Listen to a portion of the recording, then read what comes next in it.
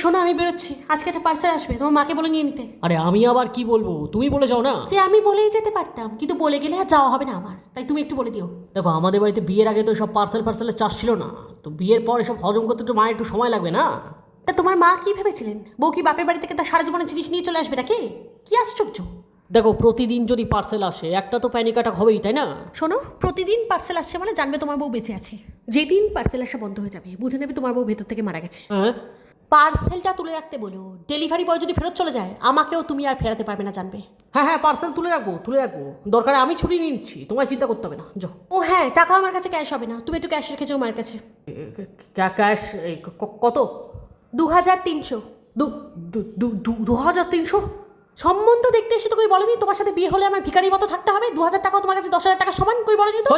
হয়ে যাবে 2000 টাকা হয়ে যাবে। যাও। আর হ্যাঁ, পার্সেলটা খুলবে না, আমার এসে আনবক্সিং ভিডিও করতে হবে। হ্যাঁ, বক্সিং? এই বক্সিং গ্লাভস ঠাভস আসে নাকি? আর নে অত জানতে হবে না তোমায়, আমার পার্সেলটা ওপেন করবে না ব্যাস। অত কিউরিওসিটি যেন আমার জিনিসপত্র নিয়ে না দেখা কেউ। চললাম।